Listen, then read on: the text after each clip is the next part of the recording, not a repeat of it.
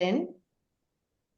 I'm going to switch to Spanish, but just for you, Barbara and Evan, remember that simultaneous translation, Spanish, English, Spanish is being provided. So you just need to click on the icon of a globe at the bottom of your screen and select the language for which you need interpretation. So I'm going to switch to Spanish right now.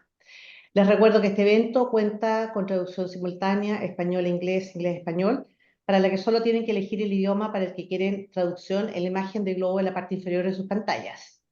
Muy buenos días y gracias por sumarse a otra de nuestras actividades online, por la que nos metemos de lleno en el convulsionado entorno geopolítico y geoeconómico que se manifiesta en todo el mundo, pero qué duda cabe que con especial fuerza en la estratégica cuenca del Pacífico, en la que nuestro país está inserto y tiene tanto en juego.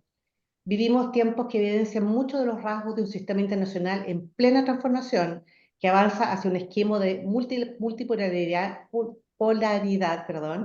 y en cuyo proceso, como ha solido ser el caso en todos los de esta naturaleza a lo largo de la historia, evidencia tensiones y pone de manifiesto ciertos riesgos.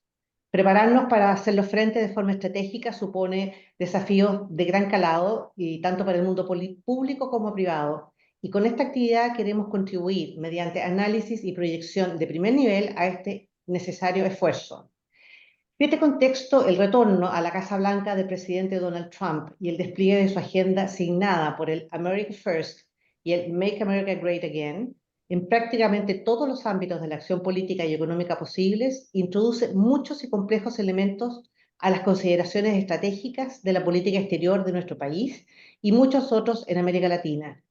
El escenario de rivalidad entre Estados Unidos y China, si bien en absoluto nuevo, parece profundizarse de la mano del recurso a los aranceles como pilar para equilibrar déficits comerciales e incentivar procesos de recuperación de actividad manufacturera por parte del nuevo gobierno estadounidense, además de consideraciones de seguridad nacional que se cruzan con las prioridades de las dos potencias en materia de desarrollo tecnológico, inteligencia artificial y acceso a minerales estratégicos, solo por nombrar algunos componentes.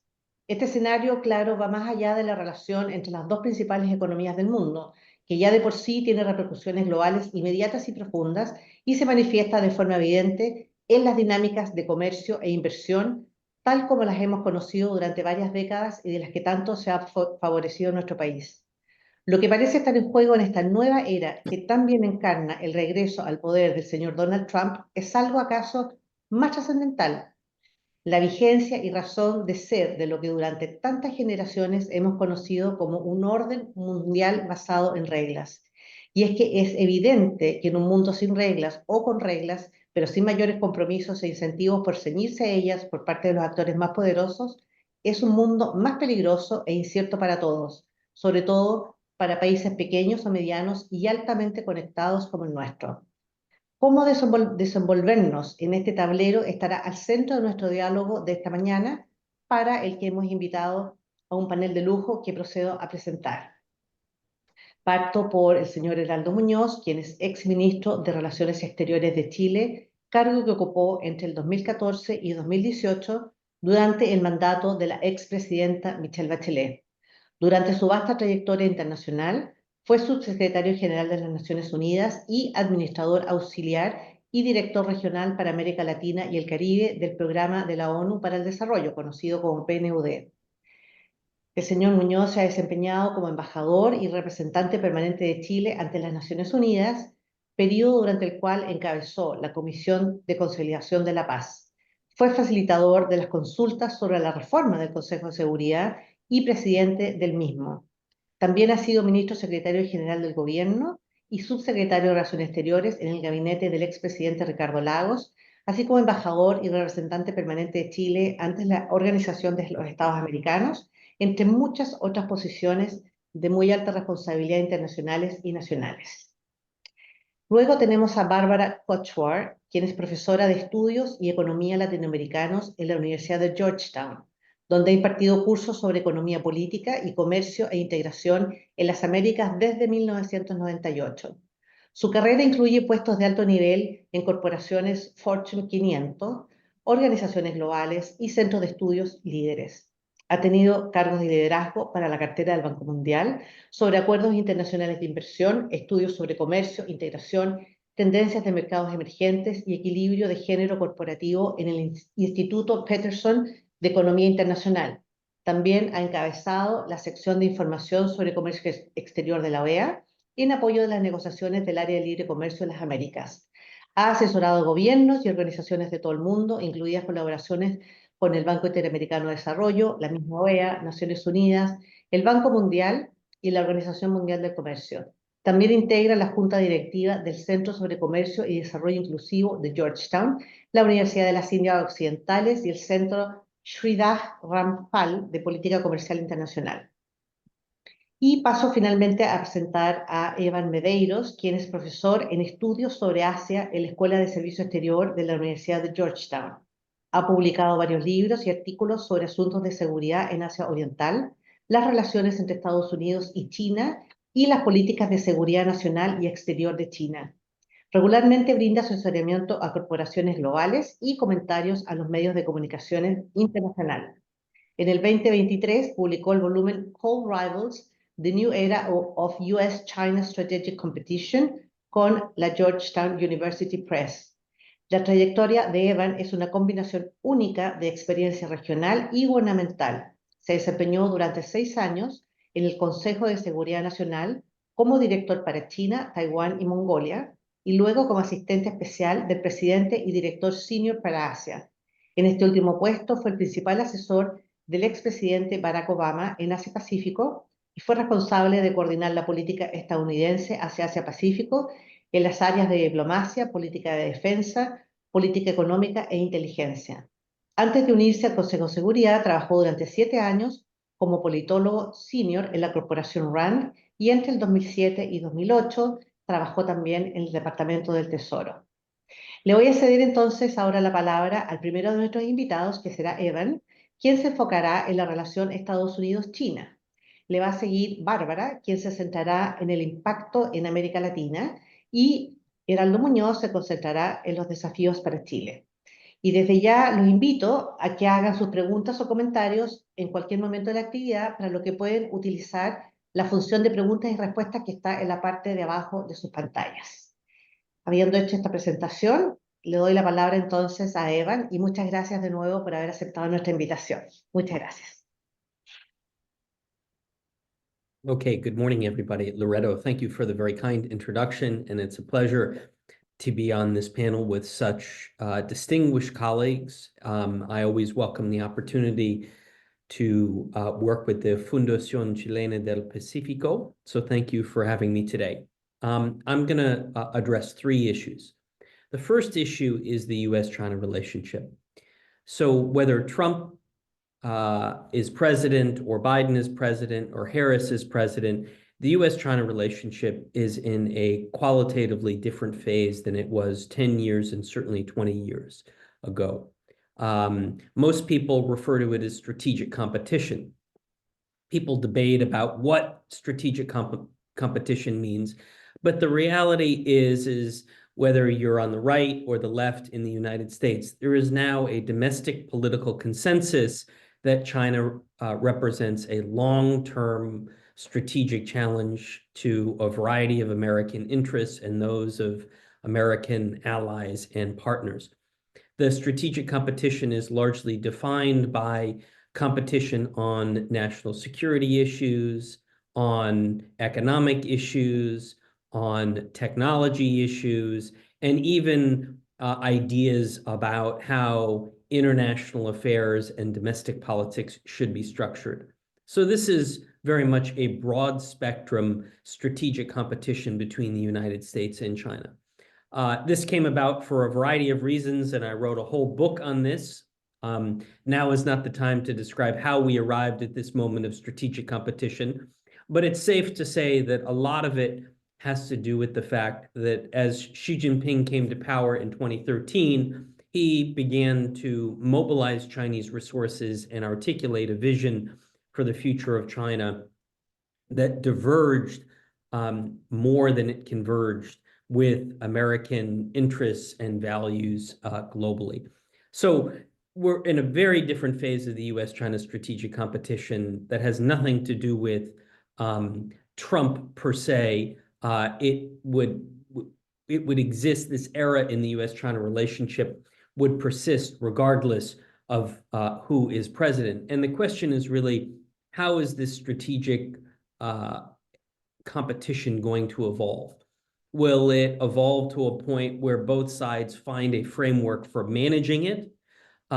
Will it evolve to something that looks much more confrontational? In other words, it's a strategic competition that gradually over time evolves to a situation that looks more like rivalry and perhaps even confrontation over issues in the South China Sea or even over Taiwan? Or does it evolve in the direction that would look more like detente?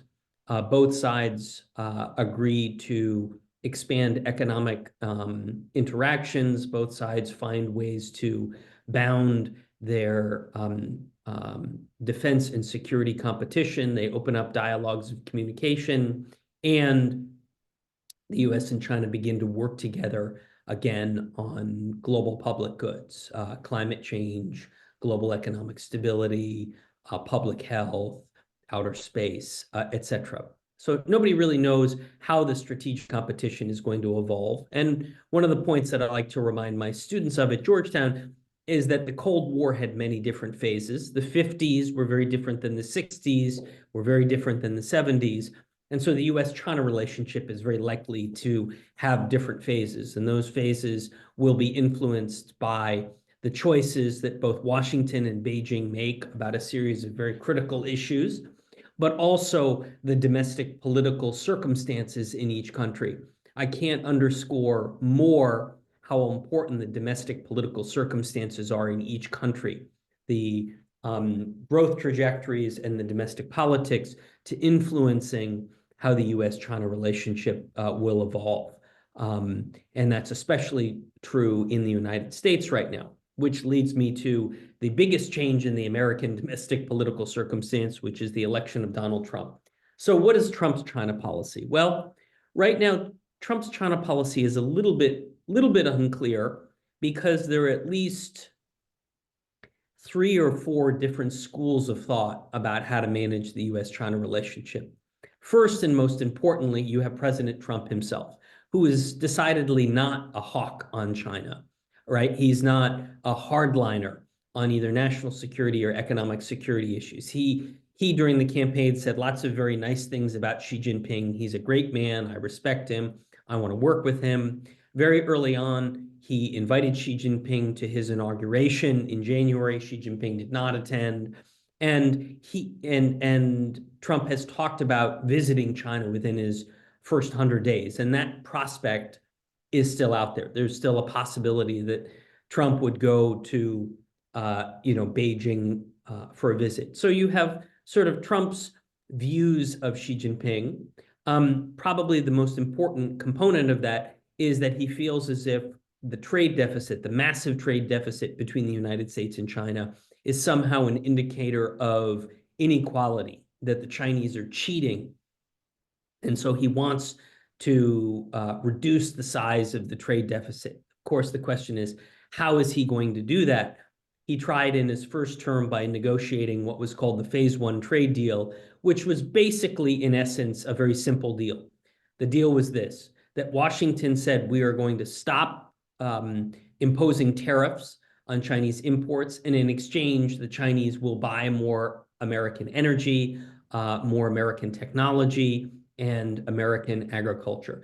The deal was not fully implemented. It eventually fell apart at the end of the Trump administration, and both sides walked away frustrated. So it's not clear if Trump's going to try to do a Phase 1 trade deal again. But when it comes to China, the key point is Trump himself personally is not a hardliner, and he's looking for a deal, though what that deal is remains very, very unclear. So that's one school of thought, and that's a very important one because obviously that's the president himself. But then you have a second school of thought who are effectively what I call national security hawks or cold warriors, and that would be the Secretary of State, Marco Rubio, and the National Security Advisor, Mike Waltz, who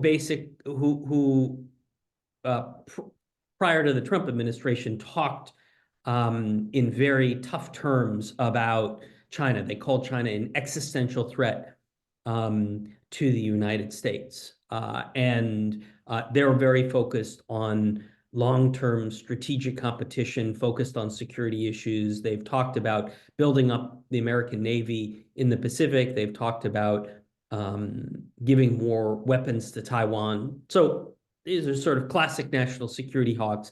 And my guess is when it comes to the Secretary of State, Marco Rubio, because Latin America is such a priority, he will very likely look at Latin America. He does. I mean, if you read him, he talks about Latin America through the prism of US-China strategic competition and trying to pull countries in Latin America away from China and more toward the United States. Third group in the Trump administration is what I would call the sort of economic nationalists, so to speak. So that would be people like Peter Navarro, and most of Trump's economic advisors, who are very, very focused on trying to address Trump's concerns about the trade deficit. They feel that that the Chinese, through their state-directed investment model, their use of state-owned enterprises, represents a fundamental challenge to market economics globally. And they're interested in trying to use tariffs as a tool to bring about a gradual economic decoupling between the United States and China. And ultimately what they really want, when you really press them, is to bring manufacturing back to the United States.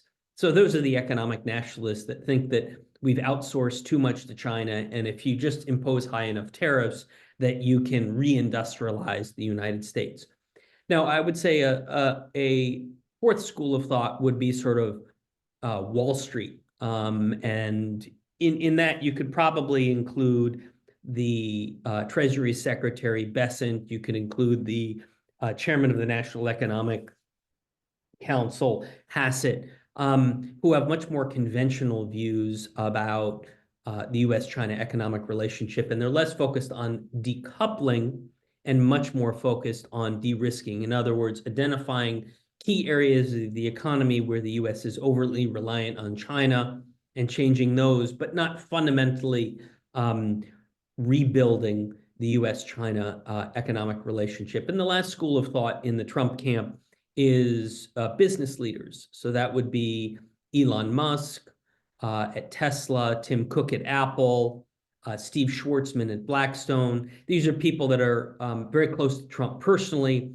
have strong business ties and business interests in China. But what we don't know is how they may influence Trump's approach to the Chinese. And we also don't know how the Chinese might use pressure on any one of those business leaders as a way to shape the Trump administration's China policy. So that's a big open question. So when it comes to Trump's approach to China, there are many, many different competing views. They're all right now trying to get Trump's attention. It's not entirely clear where Trump is going to end up. I mean, his instincts, again, are to meet with Xi Jinping, negotiate some kind of deal. I think there's going to be a lot of criticism of the deal, as there was in the first Trump administration. One key area to watch is that Trump himself personally has talked about a willingness to accept Chinese direct investment into the United States, which politically has been a very, very sensitive issue. Governors of key states, Virginia, Michigan, have been very reluctant to take Chinese investment in the new energy vehicle sector, for example, because somehow that could pose a national security risk. So at the level of congressional politics and the level of state politics, there's been a lot of debate in the United States about taking Chinese investment. And in fact, we're beginning to see laws adopted within key states that would ban Chinese investment. But Trump has his own views. So that will be in a very, very interesting area to watch. So in terms of Trump's China policy, it's still very open, and it's not clear entirely where he's going to go. The last point I'll make is less about the US-China relationship and more about the Asia-Pacific in general. And the Asia-Pacific in general, when they look at the United States, they've typically relied on two things. Number one, they've relied on security guarantees from the United States. So America has 5 treaty allies in the Asia-Pacific: Japan, South Korea, Australia, Thailand, and the Philippines. And so the certainty provided by American security commitments is often has provided a degree of stability to the region that has allowed it to grow. So that the quality of that security guarantee is now being called into question. There's uncertainty about the strength of the American commitment because Trump is so transactional in nature, and he has been, critical in the past of South Korea, for example. So leaders in Asia are trying to figure out whether or not they are going to be subject to or targeted by the Trump administration, and whether or not Trump is going to be willing to call into question the validity of the security guarantee. So America has turned from a source of stability, a constant in the strategic equation in Asia, to a variable. That I see that as an enormous source of instability. The second key issue that Asia broadly as a region faces is this is a region in which most of the economies in Asia have adopted a development model focused on exports, to make a very obvious point, right? Number 2, low interest rates. And number 3, importing capital largely from the United States, increasingly from China.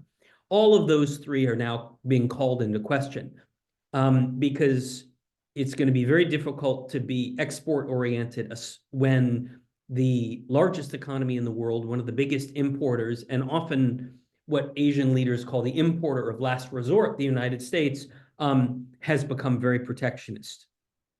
Number 2, interest rates. And I'm sure Barbara can talk about this in far greater detail than I can, but basically the era of cheap money is effectively over. That's especially the case in Asian countries facing demographic challenges where their fiscal responsibilities are going to grow pretty significantly.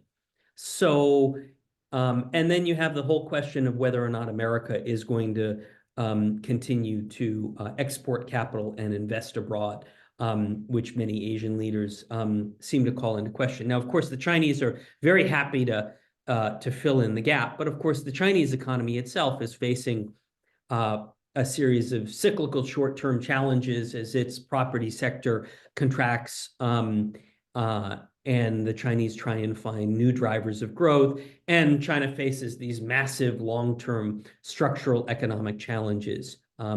Debt as a percentage of GDP is nearing 300%. Demographic challenges are off the chart, and there's all sorts of pressure toward economic decoupling. So we have an Asia that I see very, very much in flux. And then final point is, let's not forget, at the heart of Asia is some very serious security challenges that could test the Trump administration.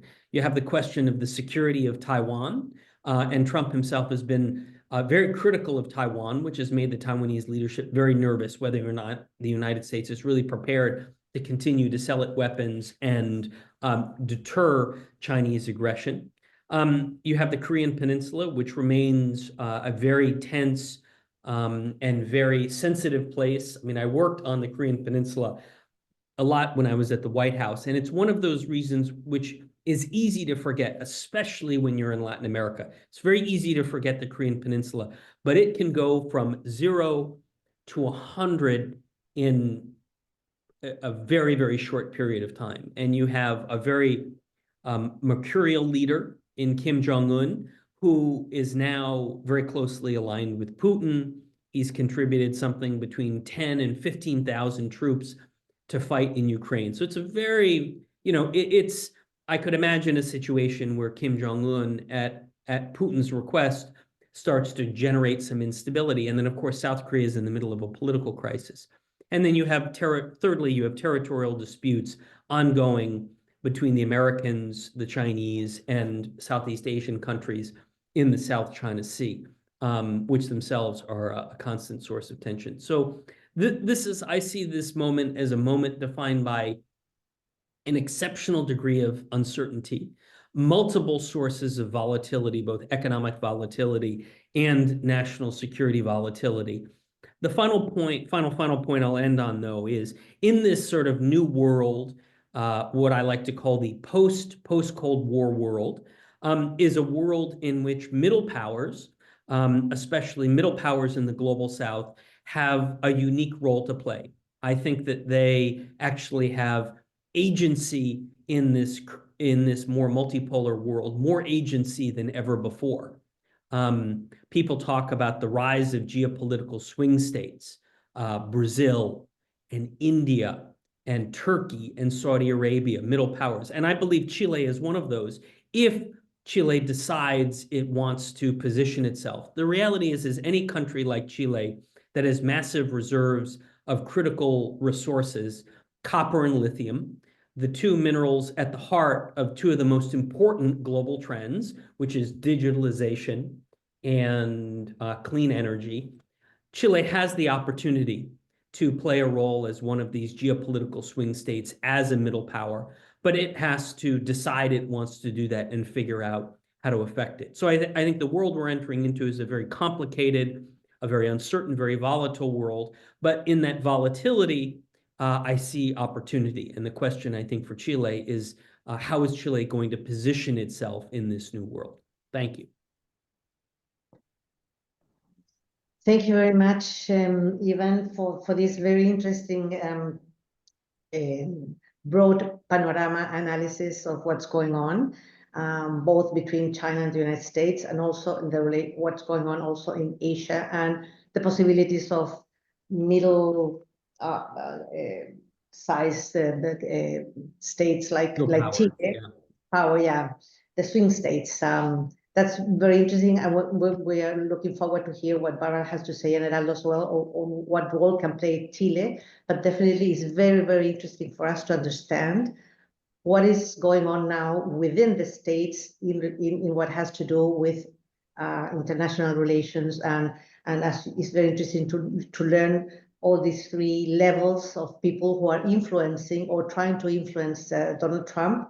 And at the end, no one knows what he's going to do, either with different aspects of the international relations, but also with Xi Jinping and China itself. So, as you say, there's huge uncertainty. And although we already had him as a president, it's difficult to say still now what he may do or not, and relating to this very important area, especially for countries like ours that were so much inserted economically, commercially with this region. So thank you so much, Evan, and we will come back to you very soon. I hope we have time to pose you some questions before you have to leave. And now I give the floor to Barbara. Please, you have the floor, Barbara, and thank you again for accepting our invitation. Oh, Loreto, thank you so much. I really appreciate the possibility to be here. It's a bit of a challenge to be between Evan, who's just posed this, a description of this major change kind of in the world, and then Minister Munoz, who's going to have to answer the question of whether Chile is going to step up as a middle power. So what I am going to do is just set the context a little bit for China's relations within Latin America and how the China-Latin America relationship will be affected by the current changes in U.S. policy. And I think that Evan's characterization of the U.S. moving from being a constant to a variable characterizes very well this triangle of China, Latin America, and the U.S. And one of the challenges for Latin American countries is to figure out how to maneuver between these two somewhat variables. I think the fact that, Latin America's relationship with China is on the radar screen of the Trump administration. Secretary Rubio, in his inauguration address, said very clearly his position on China. The 21st century will be defined by what happens between the United States and China. And Latin America is very much in a position where whatever happens between the United States and China is going to have a big impact on the region. I'm Canadian, by the way, by origin, so I understand being in the kind of crosshairs of these two big hegemons, both in terms of security, politics, and economics. Um, the China-Latin America relationship, sitting here in Washington and spending a lot of time thinking about this, we generally have interest from a very kind of specific audience. Businesses are usually quite interested in this, academics, people who study Latin American relations, but this is really the first time, I think yesterday or the day before that, the Financial Times headlined a piece on Latin America-China relations, and that's kind of unusual. So this is certainly something that's being paid attention to. Robert Mosbacher, Jr., who is the former head of OPIC, which is the predecessor to the U.S. Development Finance Corporation, which was set up under the first Trump administration, wrote an article calling on the U.S. to really pay attention to the economic relations between China and Latin America, and calling upon the U.S. administration to set up a plan that would help to mitigate the impact of China. So we'll see whether Mr. Mosbacher is taken seriously. Why should the United States be concerned about China? This is a graph of Latin America as a region, and we know that you can't really look at Latin America as a region, but I only have a few minutes, so I'm going to look at Latin America as a region. This is in case any of my Georgetown students are on the call. They will be scolding me for doing this because I tell them not to do this. But I think the takeaways from this graph are that the United States is still the first export market for Latin America as a whole. A lot of that is Mexico, but U.S. is still a big player in Latin America. China, when you do read about Latin America-China relations, there's usually a dramatic, talk about how China is the major trading partner for a lot of countries in Latin America. That's certainly true for Chile. It's certainly true for a number of countries, but the U.S. is still relatively large. Why the U.S. is so concerned about this is just this rapid growth since the entry of China into the WTO. It's gone from being about 1% of Latin American export market to about 14–15%. And that obviously is a huge change. Now, China is the main export market for important countries in the region: Argentina, Bolivia, Brazil, Chile, and a number of others. It tends to be a purchaser of natural resources. And then the relationship is not only trade. China has given a lot of financing in different formats, some of those more transparent to others. It's very difficult to really see what the actual terms of some of the Chinese loans and deals are. Although my colleagues at the Inter-American Dialogue and at Boston University have done a wonderful job of trying to quantify those. You're seeing a change in FDI, and we'll look at some of those trends. And then you're also seeing China, offer currency swaps with countries like Argentina and Brazil. The U.S., as the reserve currency holder, obviously finds that very interesting. The U.S. has also paid attention to the entry of Latin American countries into the Belt and Road Initiative. You had 22 participants. Interestingly, Panama just dropped out of the BRI last week. We think probably at the prompting of the U.S. administration in the middle of discussions about the canal. But there's still 21 countries in Latin America participating in the BRI, in Chinese investment in a number of critical infrastructure points. The large inauguration of the Peruvian port in the north of Lima just in November of 2024 is just an example of that. Now, there's been a lot made about China's state-to-state financing, and during the commodity years, you saw a lot of that. China has been investing a lot more than they used to in Latin America, in particularly strategic sectors. That has been tapering off over the last couple of years. You have seen increases in commercial loans. Now, state-to-state financing tends to center on four countries: Venezuela, Brazil, Ecuador, and Argentina, with Venezuela getting the bulk of those loans. You also see a lot of loans going to the Caribbean countries, particularly in infrastructure. When we look at Chinese foreign direct investment, you're also seeing a really interesting shift. You tended to look more at the mining sector, at petroleum, and natural resources. You're now seeing a tremendous amount of some smaller deals, but in really strategic sectors. And so the yellow bar is what we should pay attention to. That's Chinese investment in ICT, in information technology, and in the digital world, where China, you companies such as Huawei, Chinese fintechs, are really making inroads into Latin America. So increased Chinese presence over the last couple of decades in, really all facets of Latin American economic life.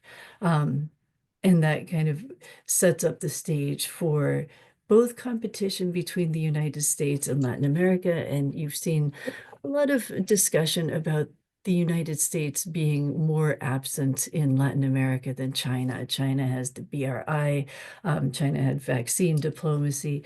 The United States, one could argue that since the end of the Free Trade Area of the Americas initiative at the beginning of the century, you haven't seen a lot of engagement, at least not intentional engagement, by the United States in Latin America. But the United States still very much impacts Latin America. So if we're trying to figure out what will happen given policies in this second Trump administration, if we look at what happened in the first Trump administration that really impacted Latin America, the Trump tariffs, particularly on China, which covered about $380 billion worth of goods, marked a shift in foreign direct investment patterns in the region.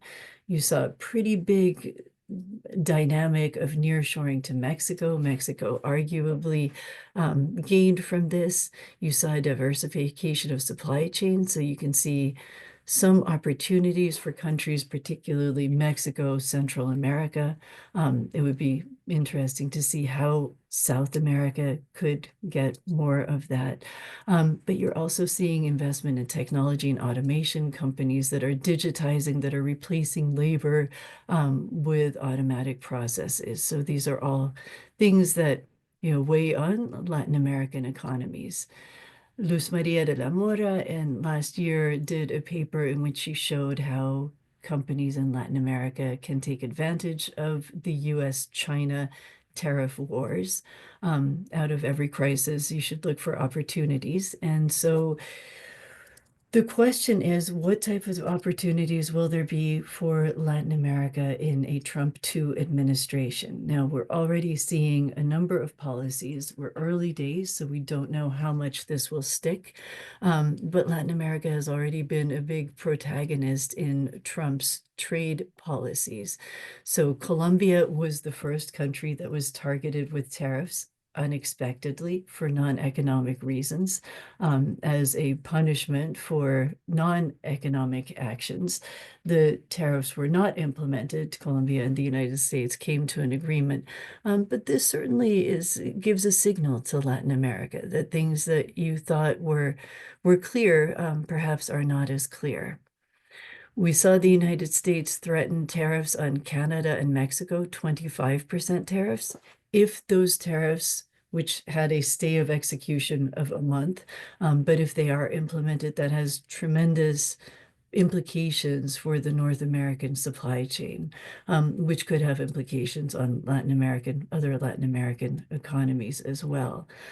You have the extension of the steel tariffs, and then you also have the tariffs on China, which were imposed on February 4th, that are supposed to have a ratcheting effect. So this certainly will also have an impact on prices and perhaps on supply chain possibilities for Latin America.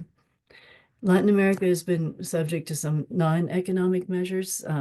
A lot of discussion about the Panama Canal and what the United States position is towards the Panama Canal. Canada has had some interesting discussions where President Trump calling Canada a good 51st state, but also the renegotiation of the USMCA and what that's going to look like. And then countries in Central America, El Salvador, offering to take US deportees into Salvadoran prisons. There are lots of interesting developments. So how much can we learn from Trump? One, I think the panorama is very different. We have a lot more uncertainty. I think, as Evan said, it's difficult to know what to predict and what things will look like. I saw a question in the chat about the US Chile Free Trade Agreement. How certain can we be that this will persist? If you look at the NAFTA, the USMCA, and tariffs on those countries, it looks as though we've entered a different phase of free trade agreements with the United States, of trade policy, certainly. Things could change. I think that the call for middle powers and for smaller countries to really, step up and sort of look at their own policies and to, think about the institutions and how these should be managed in the face of this uncertainty in the United States, and also look for opportunities in the discussions between the United States and China. So on that note, I haven't answered many questions, but I think we will have the opportunity to discuss a lot of these, and I look forward to hearing Mr. Munoz's views on this, and hopefully we'll get to some questions to Evan as well. So thank you so much, Loreto. It's been such a pleasure to participate in this. Thank you so much to you, Barbara. It's been our privilege to have you and hear you with all this analysis. We're gonna go straight forward to Mr. Heraldo Muñoz, so we can have some time to pose some questions to Evan, and well, also of course as well to you.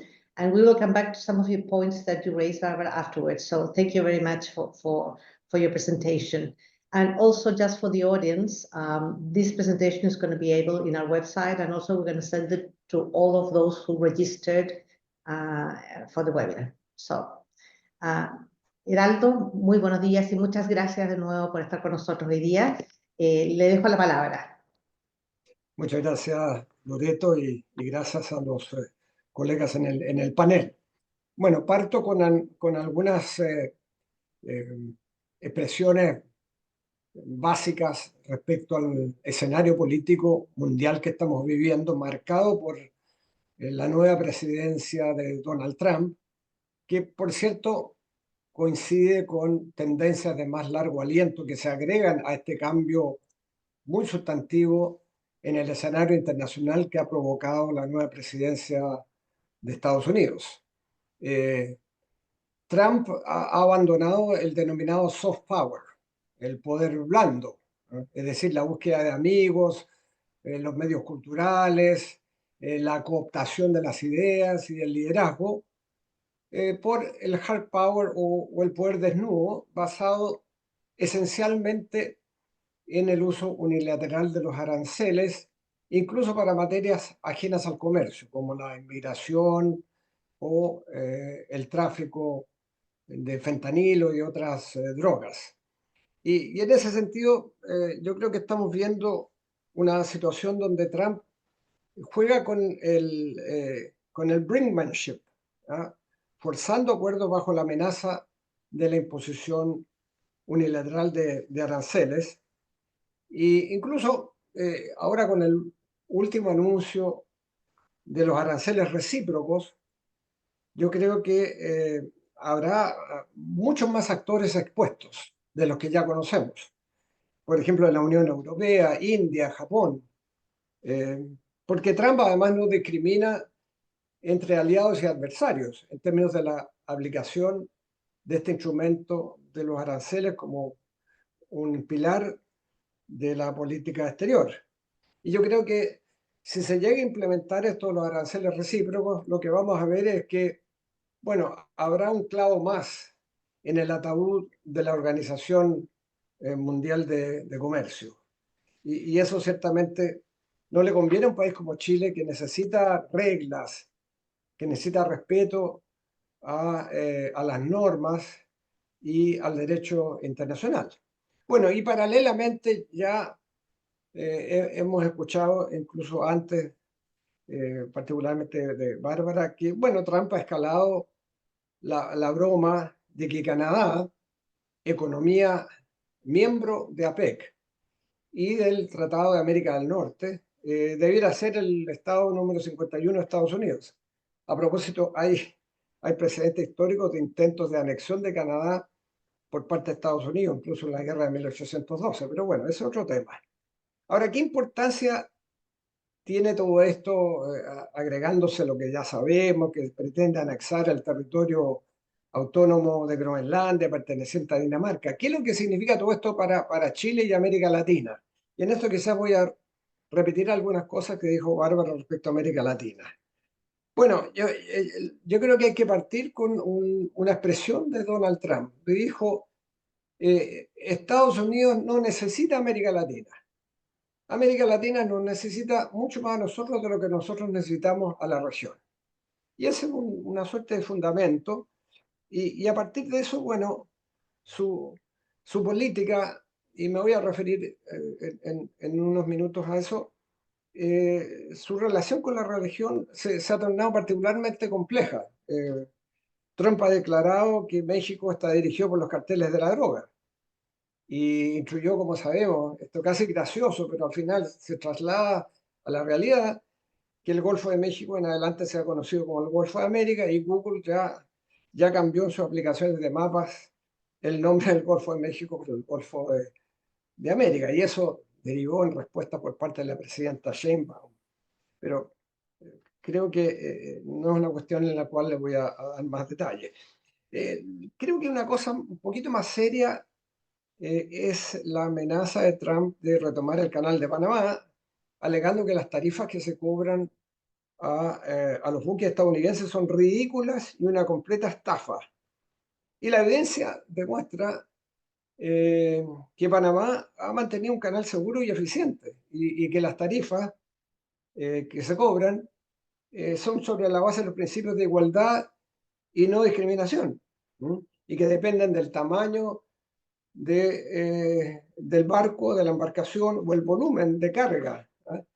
Y bueno, esto es bien importante para Chile porque Chile resulta que es el cuarto cliente a nivel mundial del Canal de Panamá y el primero de América Latina, el cuarto a nivel mundial después de Estados Unidos, China y Japón.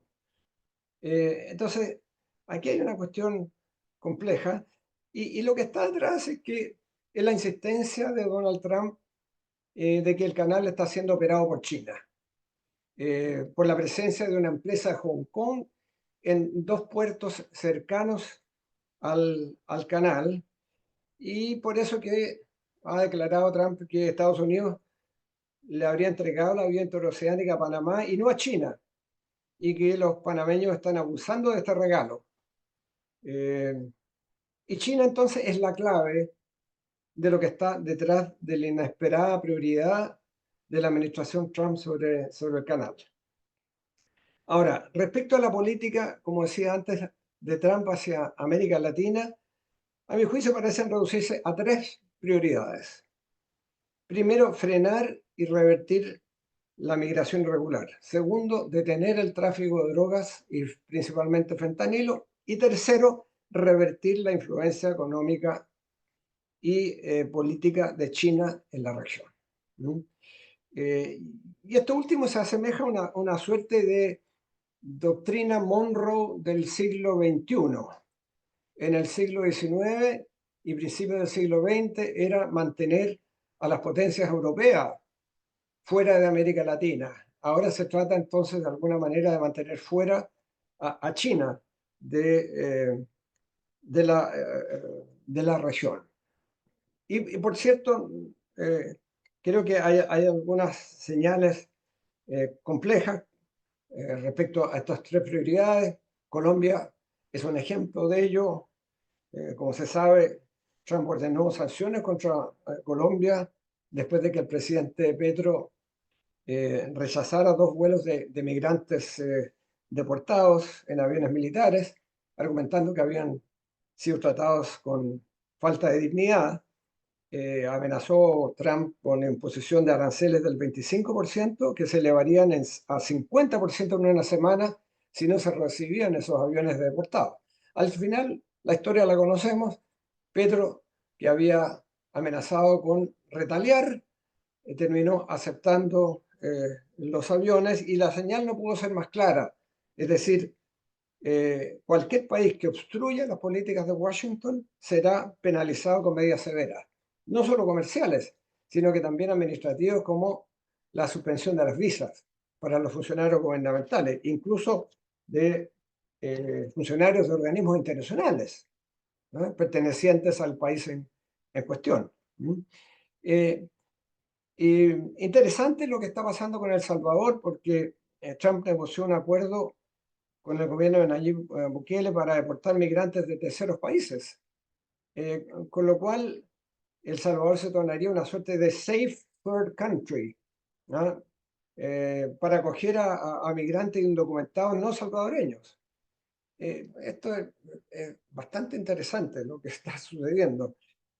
Pero de nuevo está el tema de la migración como uno de los componentes de la vinculación con América Latina. Y en términos de los aranceles, bueno, recordemos que el arancel anunciado del 25% tanto a Canadá como a México ha sido postergado por un mes a la espera de las medidas de contención de la inmigración y del control del fentanilo que han sido aceptadas por ambos países vecinos de Estados Unidos, ¿no? Al final de cuentas, en términos de los aranceles, el cálculo de Trump es que la eventual imposición de un arancel alto va a provocar más daño en el otro país que en Estados Unidos. Esto respecto al daño que podría provocar, por ejemplo, una retaliación de México respecto a productos de consumo del mercado norteamericano. En intertanto, se impuso este arancel del 10% a las importaciones provenientes de China y Beijing ya contraatacó con medidas retaliatorias del 15% a las exportaciones norteamericanas de carbón y gas licuado y del 10% a petróleo crudo, equipos agrícolas y algunos automóviles, ¿ah? Y además lanzó una investigación contra el gigante tecnológico Google, que si bien está bloqueado del Internet chino, tiene negocios con empresas chinas y eso podría complicarlas. Y varias empresas norteamericanas van a entrar a las entidades poco confiables, ¿no? Lo interesante en este contexto, y probablemente Iván sabe mucho más que nosotros respecto a esto, es que el presidente Xi Jinping ha dado señales de apoyo a los empresarios privados chinos. Hace pocos días atrás, incluyendo a Jack Ma, el fundador de Alibaba, desapareció del escenario público por mucho tiempo, ¿no? Esto es bien interesante. Y lo otro es que se ha reportado que la empresa Tesla, del importante aliado y colaborador de Trump, Elon Musk, enfrentaría serios retrasos para obtener las licencias de su tecnología de vehículos de manejo automático. Bueno, y sabemos lo que está pasando con Europa, las amenazas que existen y lo más serio quizás la crítica del vicepresidente Vance a la democracia europea y a la supuesta falta de libertad de expresión y al apoyo que se le ha dado expresamente a la Alternativa para Alemania, partido neonazi, que claramente demuestra que hay un quiebre en la tradicional alianza transatlántica. Ahora, la relación con China, y de nuevo, Iván es quien más sabe de esto, parece ser contradictorio, porque por un lado está la declaración de Marco Rubio, señalando que la rivalidad con China determinará el rumbo del siglo XXI, siguiendo la famosa hipótesis de la trampa de Tucídides de Graham Allison, de la potencia ascendente que desafía a la potencia status quo, la ascendente China, el status quo de Estados Unidos, que en términos de varios casos ha terminado en guerra. Pero está eso, pero al mismo tiempo parece ser contradictorio y quizás tenga que ver con las tres tendencias que mencionaba Iván respecto a la política hacia China, porque por otro lado Trump ha dicho que Taiwán debería pagar por la protección militar estadounidense. Entonces, ahí hay una contradicción. Ahora, voy a lo fundamental y con eso termino. Chile enfrenta tres desafíos directos con Trump y uno indirecto vinculado a China. Primero, los desafíos directos. Trump podría decretar la expulsión de ciudadanos chilenos en condición irregular en Estados Unidos, incluso aquellos que abusando del visa waiver hayan excedido 90 días, o bien, peor aún, quienes hayan perpetrado robos en varios estados, dando origen a lo que se ha denominado el turismo delictual. Y aquí Chile tendría que obviamente recibir a estas personas, coordinando con las autoridades de Estados Unidos, y lo importante sería salvar la permanencia de Chile en el programa de visa waiver y evitar un impasse como el que le sucedió a Colombia con Trump. Y salvaguardando esto fundamental porque Chile es el único país de América Latina que tiene acceso a este programa de visa waiver. Segundo, yo creo que resulta preocupante el anuncio de Trump de una eventual imposición de aranceles al cobre. Como se sabe, el mandatario ya impuso un 25% de aranceles al acero y al aluminio. Y mencionaba más que podrían estar semiconductores, microchips y productos farmacéuticos. Ahora, Chile tiene a su favor un tratado bilateral de libre comercio. Estados Unidos es el segundo destino de los envíos de cobre al exterior, representando el 11% del total de las exportaciones de cobre. En tanto, China concentra el 52% de nuestras exportaciones cupríferas. El objetivo de Trump sería que los productores de cobre norteamericanos produzcan más cobre refinado, ya sea mediante la construcción de fundiciones o mediante la explotación de nuevos yacimientos. Por ahora, Estados Unidos no tiene la capacidad de reemplazar las actuales importaciones de cobre para su consumo interno. Ahora, creo que Chile tiene que prepararse para defender el exitoso tratado bilateral de libre comercio, que por lo demás ha sido favorable en términos de equilibrio comercial a Estados Unidos, y eso siempre es importante para Donald Trump. Por cierto, yo diría, el TLC es como un chaleco antibalas, es decir, protege contra un ataque balístico, pero si hay un ataque con bazooka, estamos fuera entonces del contexto de donde puede funcionar una defensa como un tratado de libre comercio. Tercero, lo más preocupante, a mi juicio, en la relación con Estados Unidos, es la ofensiva de las empresas aseguradoras de Estados Unidos contra la reforma de pensiones. La carta enviada por el gremio del American Council of Life Insurance, que incluye a MedLife, a Principal Financial Group y a Prudential, que son propietarias de empresas de AFP en Chile, alega esta carta que la reforma violaría sus derechos de inversión y tendría un carácter expropiatorio. Pero lo peor, y siempre cuando hay diferencias entre los inversionistas y el Estado, se resuelven ya sea a través de la negociación o bien terminan en una disputa en un juicio en el CIADI. Pero lo que estas empresas están haciendo es presionar a una hipotética revisión del acuerdo de libre comercio, amenazando con una eventual reacción de la administración Trump. Eso lo dicen expresamente en la carta. Por eso que creo que es la amenaza más seria, porque ya sea cualquiera de los tres CEOs, separadamente o conjuntamente, pueden tomar el teléfono, llamar al presidente Trump y decirle: mira, hay una situación expropiatoria de nuestros intereses en Chile. Y aunque eso sea una falta totalmente a la verdad y carezca de fundamento, eso puede llevar a una situación compleja. El desafío indirecto para Chile, como decía, respecto a la administración Trump, es nuestro fuerte vínculo comercial con China. Y de alguna manera un vínculo de inversiones. No tanto como en otros países, pero sí creciente. Y recordemos que ya hubo presiones durante la primera administración Trump para frustrar lazos económicos de países latinoamericanos con China, incluyendo Chile. ¿Mm? Y esa propensión me parece que va a aumentar. Chile creo que tendría que optar por una diplomacia proactiva, con lobbying, con las empresas importadoras de nuestros productos en Estados Unidos, con la Cámara de Comercio de Estados Unidos, y con algo que es bien fácil decirlo, pero difícil de hacer, con una autonomía inteligente respecto a Estados Unidos y China. Es decir, no se trata de asumir una postura de neutralidad automática frente a las tensiones derivadas de la competencia entre Estados Unidos y China, porque en ciertos casos Chile puede estar de acuerdo con Washington y en otros con Beijing. Lo inteligente sería cómo se maneja esa autonomía, entendiendo que Chile es un país relativamente pequeño, mediano, y que tiene oportunidades siempre y cuando nos concertemos con otros like-minded countries, especialmente de Asia-Pacífico, donde compartimos intereses con muchos de ellos, ¿no?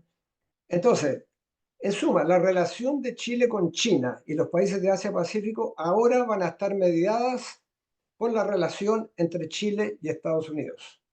Eso es casi inevitable, ¿no? Y resulta incierto el grado de prioridad que la administración Trump le va a dar, por ejemplo, a un espacio económico multilateral importante como es APEC. Está en el aire, considerando la indiferencia y diría el menosprecio del presidente Trump respecto a organismos multilaterales de los cuales ya se ha retirado, como ya sabemos. No está claro respecto a APEC.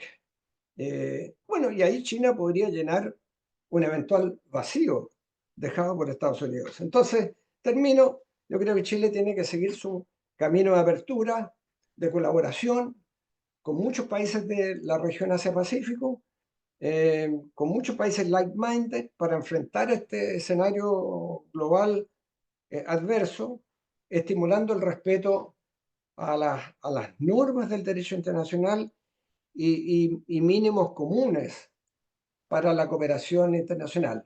Pero, por cierto, yo creo que se vienen más tiempos agitados.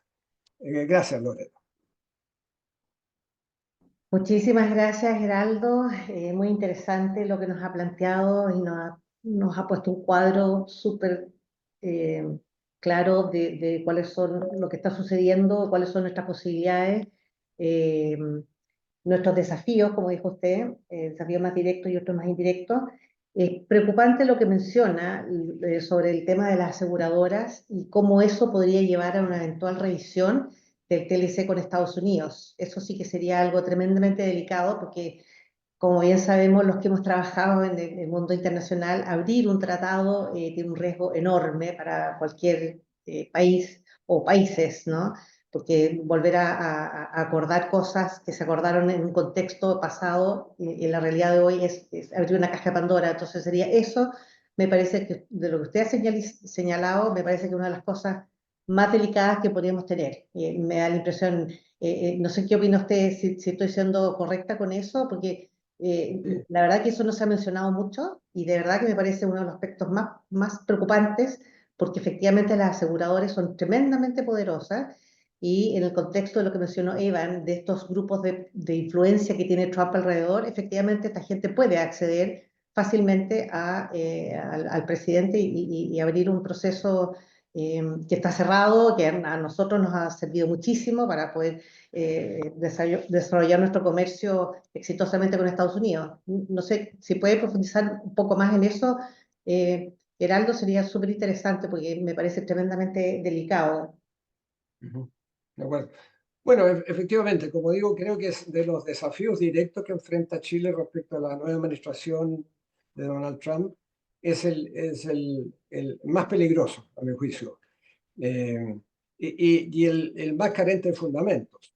Porque, por ejemplo, respecto a la amenaza de los incrementos de los aranceles al cobre, bueno, esa no es una situación que esté a la vuelta de la esquina porque Estados Unidos necesita las importaciones a un cierto precio, porque si no, el efecto que puede tener en la industria automotriz de carácter más inteligente, de los vehículos eléctricos, etcétera, puede ser muy significativo. Entonces, por eso quizás que separó Trump el incremento al acero y al aluminio y ha dejado en stand-by este anuncio respecto al cobre. Por eso no lo veo eso como tan preocupante, además porque si bien es cierto que es muy significativo, porque son más de 5.000 millones de dólares del 11% que se exporta a Estados Unidos, bueno, siempre se puede vender cobre en otros lados.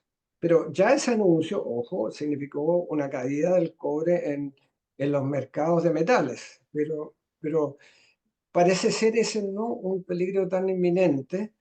Y el otro es una amenaza al visa waiver, que igualmente es significativo, porque Chile es el único país privilegiado.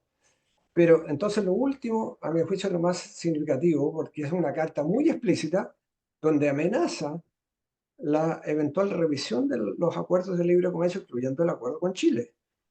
Y cuando hay presión de esa naturaleza, a nivel bilateral, es muy difícil decir, mire, sabe, el tema está cerrado. ¿Ah? Entonces, por eso que me preocupa eso y por eso que es necesario que Chile vaya construyendo alianzas con países like-minded, que profundice sus relaciones con los países de Asia-Pacífico, como Australia, Nueva Zelanda, Canadá, con tantos otros países con los cuales hemos construido acuerdos de libre comercio. ¿Eh? Y recordemos que también que construimos con ellos el TPP, el Tratado Transpacífico, que no lo alcancé a mencionar, pero que ha significado también un éxito significativo para Chile y el resto de los países que Trump en su momento decidió no firmar, o más bien retirarse de la firma que había hecho el presidente Barack Obama. Entonces, yo creo que hay que profundizar esas tendencias, esas son cuestiones de más mediano y largo plazo, pero que ahí hay un espacio para Chile para seguir profundizando nuestros vínculos con la región Asia-Pacífico, pero ojo, la relación con China, a mi juicio, siempre va a estar mediada por la relación con Estados Unidos. Eso es casi incuestionable, porque eso es lo que está poniendo Estados Unidos como uno de sus tres objetivos: la reducción de la influencia, de la inversión y del comercio de China con los países latinoamericanos y particularmente de Sudamérica, porque cuando uno separa el cuadro que mencionaba Bárbara de los países latinoamericanos agregados y separa los de Sudamérica, ahí tenemos que los de Sudamérica son mucho más dependientes del comercio y la inversión, incluso, como decía Bárbara, incluso los préstamos con Estados Unidos o los swaps, como es el caso de Brasil y particularmente Argentina. Yes. Barbara, do you have any comments on this regarding the investments of China in Latin America, and how can we manage and how can we handle this? We feel that we have all this interest in China coming to invest here, and on the other hand, we have now the United States even more worried about stopping this or trying to increase the presence in Latin America. How middle powers like ours could handle this? I mean, so a couple of things. I think that Latin America has been doing a nice job of managing the investment from both sides. Chile, of course, is a very good example of, moderating some of the dynamics that could be, taking a more medium and long-term approach to accepting investments from whoever. And I think that most of the investments are probably off the radar screen of the administration. I think that in the chat, I've been seeing some discussion about ag prices and Chile taking advantage of, perhaps other dynamics in free trade agreements, Chile not being a large trade deficit country or a country with a lot of issues that would catch the eye of the administration. I mean, I think that under these terms, you can continue to do business. I think Minister Munoz makes a very good point in seeking alliances with other countries that may be affected in the same way and thinking about what type of a strategy countries could have. I think it's incorrect and probably, that the United States doesn't need Latin America, and that the United States doesn't need the economic relationships with Latin America. I think that, a certain amount of what we're seeing is posturing, is showing, giving signals about the change in the administration. This is a break from the past, and that certainly is true. We are in a new reality. How much of this will stick once business interests and once consumer interests are taken into account? One thing we know is that the United States consumer does not like inflation. There were a few questions in the chat about inflation and what the implications might be. I suspect that some of the remedies for inflation will be to have to undo some of the economic tactics that have been used in the first 100 days. And that may augur in some room for negotiation. So the Latin American countries, the APEC countries need to be ready to take advantage of that. So talking to, like-minded socios, partners, is one step, and just being very realistic about which industries and which sectors have national security implications for both for China and for the United States is probably a good strategy. Thank you, Barbara. I'm just gonna deepen a bit on something that you mentioned, and that even left in the chat, but only for us, not for the public. So I'm going to read what he wrote, because it's going to be interesting, at least for the agricultural sector, but this could be applied to other industries in Chile who are big exporters.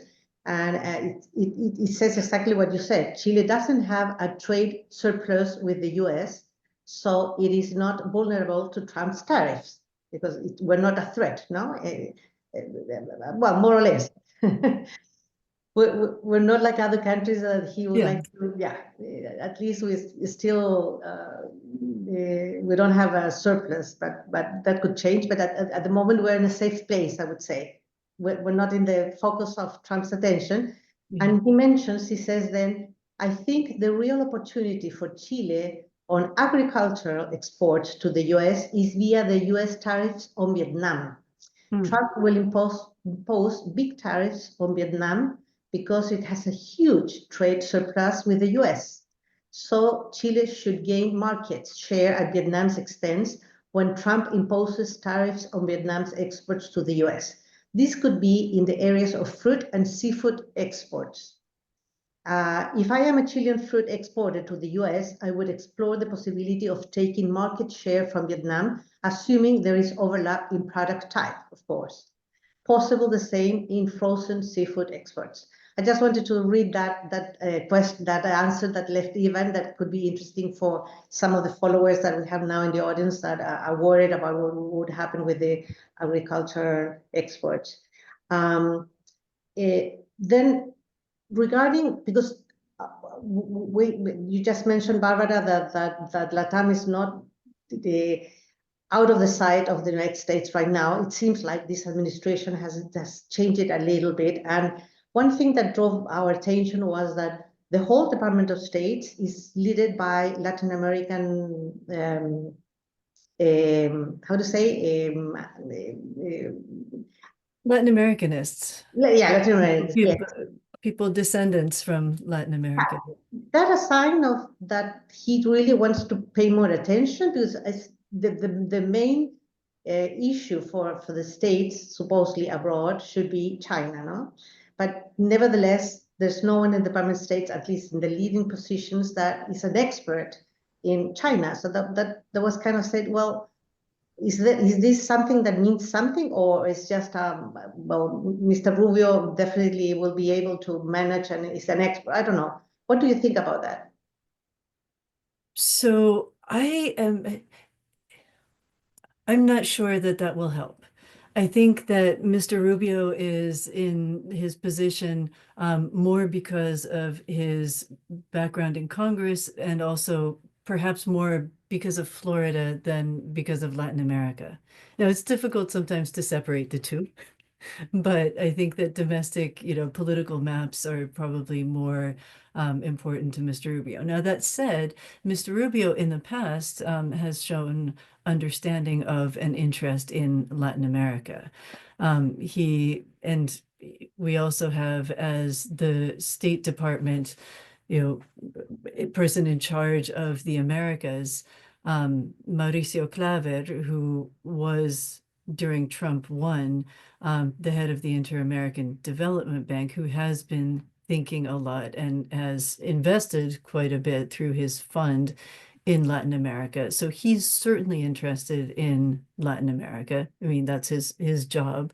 We haven't seen a lot from him since the start of the administration. He wrote a couple of articles last year that are probably worth looking at in terms of thinking about the US administration's view towards Latin America. But just in the last couple of weeks, we haven't seen a strategy towards Latin America. So it'll be interesting to see once, things calm down a little bit, what that looks like. ¿Usted, ministro, usted tiene algo que opinar sobre eso Mira, yo una observación que iba a hacer es que con esta situación algo caótica de imposición de aranceles a distintos países y a productos, de repente en una situación como esa pueden presentarse oportunidades para exportadores chilenos. No todo es negativo, no tienen no es blanco y negro. Y veía uno de los comentarios que quizás la imposición de aranceles a Vietnam signifique que, por ejemplo, productos frutícolas o mariscos y pescados congelados, etcétera, puedan tener una oportunidad incluso mayor de mercado en Estados Unidos si es que los productos de competencia se encarecen. Ahora, una parte de la competencia de Chile es que nosotros somos off-season en el mercado de Estados Unidos. Pero de todas maneras puede haber pueden haber nichos de mercados, de modo que hay que tener eso en cuenta y tratar de que Chile no tenga una dimensión confrontacional con Estados Unidos si es que la situación no lo amerita. Y por eso creo que tenemos que profundizar el lobbying, en la proactividad, en los contactos con las autoridades de Estados Unidos. En este momento es poco claro porque hay distintos actores que tienen influencia. En América Latina, por cierto, Marco Rubio, como acaba de decir Bárbara, tiene un especial interés en la región. Y está el ex presidente del BID, Claver Carone, y hay otras autoridades, entonces todavía no está claro quién manda en este caso. Y sin embargo, yo creo que hay que ir golpeando todas las puertas posibles y luego ir construyendo alianzas. Ningún presidente de Estados Unidos, ni siquiera el presidente Trump, con el control que tiene, no solo obviamente el Ejecutivo, sino que el Congreso, tanto el Senado como la Cámara, y de una Corte Suprema incondicional, ninguno, aún con Trump, tiene todo el poder, no tiene el poder total, porque hay actores empresariales, hay actores políticos, hay líderes de opinión, están los medios de comunicación y están los estados que no concuerdan con algunas de las orientaciones del gobierno federal. Y que quizás todo eso ha significado que se haya postergado el incremento de los aranceles a México y a Canadá, porque empezó a haber un debate respecto a qué es lo que podía significar para importaciones, particularmente desde México, como ropa, zapatos, automóviles, bueno, un conjunto, frutas, Y yo recuerdo un senador republicano diciendo que este era un arancel a los consumidores de su estado republicano. Y sabiendo el control que tiene el presidente Trump del Partido Republicano. Entonces, yo creo que se abren espacios. Y esos espacios hay que tratar de utilizarlos porque al fin y al cabo todos sabemos que el presidente Trump es transaccional. Y si es que hay un deal más o menos aceptable, puede que lo tome o que por último no ponga a ese país como un objetivo fundamental de sus ataques económicos y eventualmente políticos. Muchas gracias, ministro. Y I have two questions for Barbara. One is in the comments here in the question and answer section that we have here. It says, I wonder if the balance of payment between the US and Chile, plus other Latin American countries, would be a good indicator to be away from the tariffs and other threats.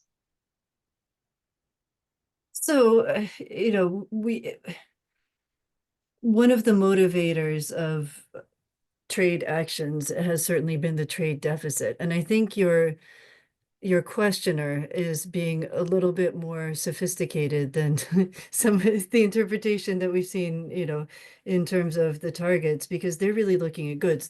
Yes, the balance of payments should be what we're looking at. I mean, goods is one element of trade. Services is increasing everywhere and is more important in some of the countries with which the US has an imbalance in goods or a deficit in goods. It has a surplus in services. And so, it's always good to take a more holistic view of this.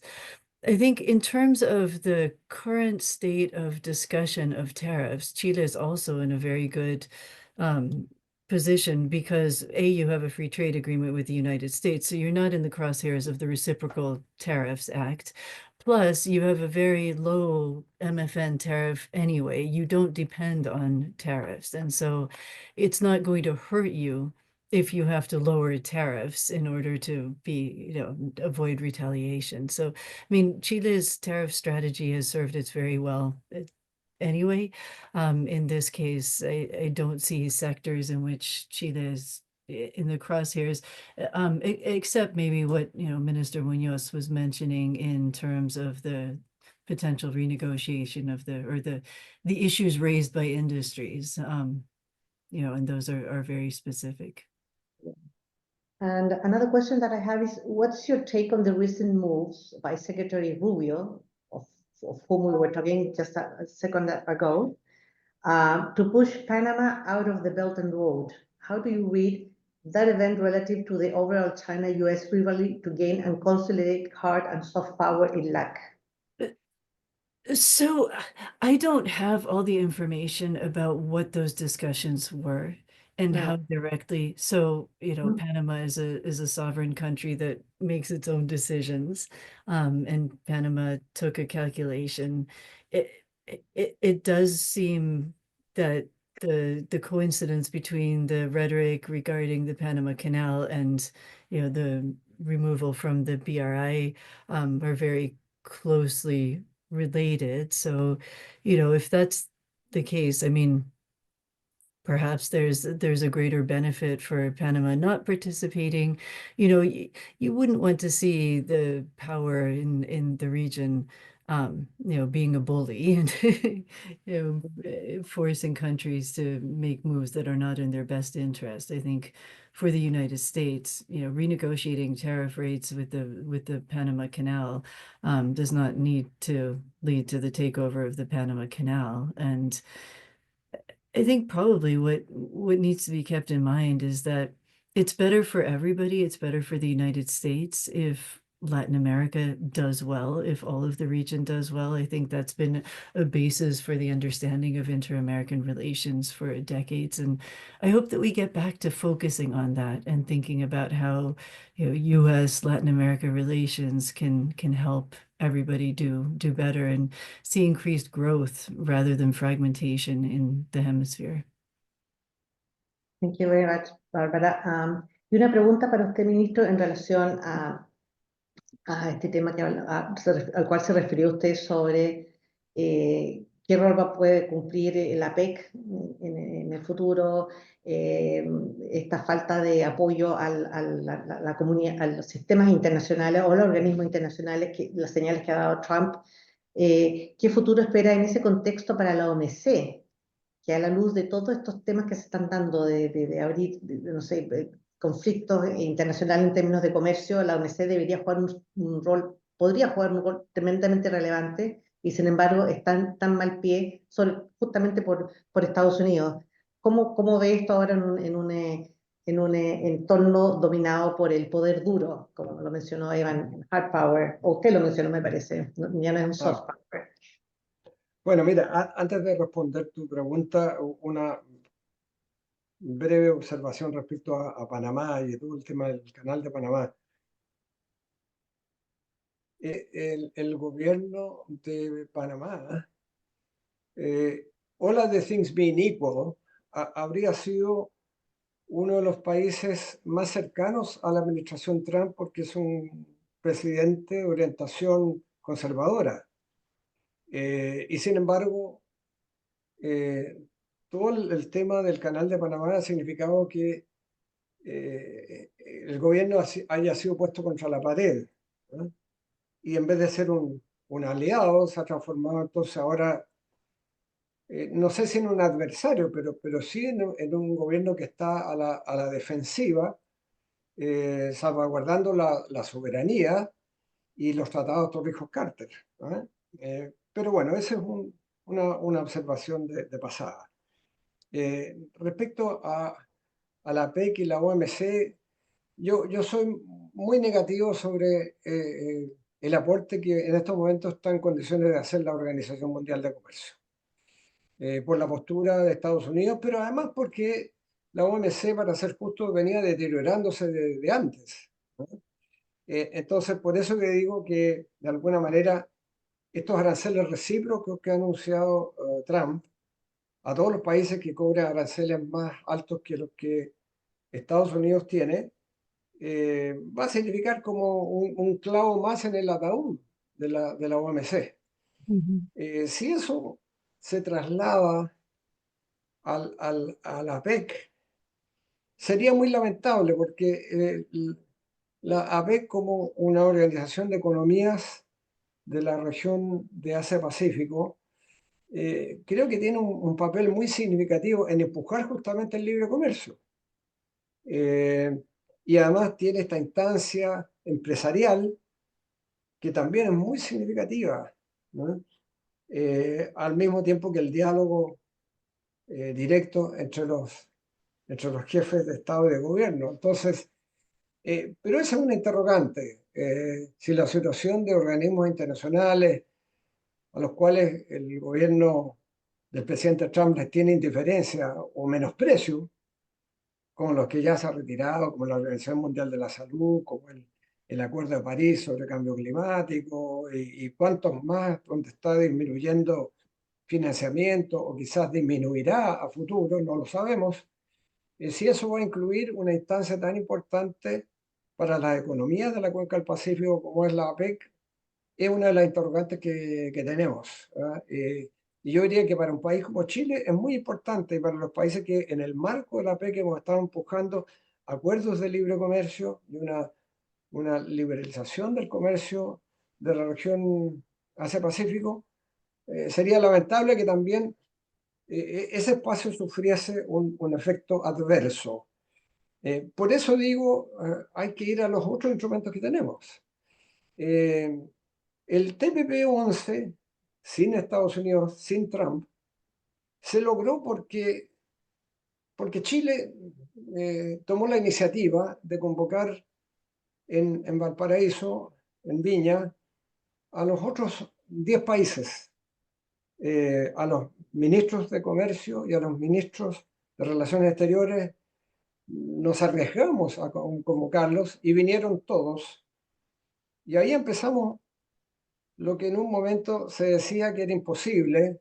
Yo leí muchos editoriales de prensa de Estados Unidos particularmente que decía, bueno, el TPP está muerto. Y lo rescatamos sacando 20 normas que Estados Unidos había colocado. Las suspendimos y tuvimos un TPP-11 entonces que ha significado rescatar un espacio importante. Y yo creo que hay que ir en esa dirección para un país como Chile, sin dejar de lado el buscar un entendimiento lo más aceptable con Estados Unidos, salvaguardando lo que le interesa a Chile. ¿Qué es lo que le interesa a Chile? Que se cumplan los acuerdos, que se respeten las normas y que el derecho internacional guíe las relaciones internacionales. No siempre va a ser posible, particularmente con una administración como la del presidente Trump, que tiene otra perspectiva. ¿Ah? Pero como país relativamente pequeño tenemos que buscar las alianzas con aquellos que coinciden con nuestros puntos de vista para crear espacios o por último para salvaguardar mínimos comunes de cooperación internacional. Así es, ministro. Una gran cosa que tiene APEC, a diferencia de otros organismos internacionales, es que no es vinculante. Y es una cosa que lo pone a salvo, quizás, o a estar más protegido de un abandono de Estados Unidos. Tengo fe de que van a permanecer durante la primera administración de Trump, al menos la delegación de Estados Unidos se mantuvo, y tanto a nivel gubernamental como en el ámbito del mundo privado, y esperamos que sea así, porque como usted dice, es un foro, uno de los más relevantes en la promoción del comercio libre y comercio internacional en general. Así es que, ha jugado un rol tremendamente importante para ver nacer tratados tan importantes como el TPP-11, o el Trans-Pacific Partnership que usted ha mencionado, que nació en el ámbito de APEC. Así que esperamos que eso no cambie y sigamos trabajando con el mismo entusiasmo. Chile tiene un rol muy relevante además en APEC, para nosotros un organismo muy importante, así es que esperamos que no suceda nada. Hemos llegado al tiempo de nuestro webinar. Quisiera agradecerles nuevamente, ministro, muchísimas gracias por haber estado con nosotros hoy día, por haber compartido sus puntos de vista muy interesantes. And the same for you, Barbara. We highly appreciate your time and your expertise and what you have shared today with us. And we hope to have you again in the near future in another webinar. Let's think about in 6 months' time to have an assessment on what has been going on. We hope that the best for our countries, for Latin America as well. So, muchas gracias a los dos y muchas gracias también a nuestra audiencia fiel. La presentación de Bárbara va a estar disponible en nuestra página web, también se las vamos a enviar, y también este webinar queda grabado y en nuestra página web. Así que muchas gracias y muy buenos días a todos. Muy bien. Chao, chao. Adiós, Adiós. adiós, ministro. Adiós, gusto verlo. Chao.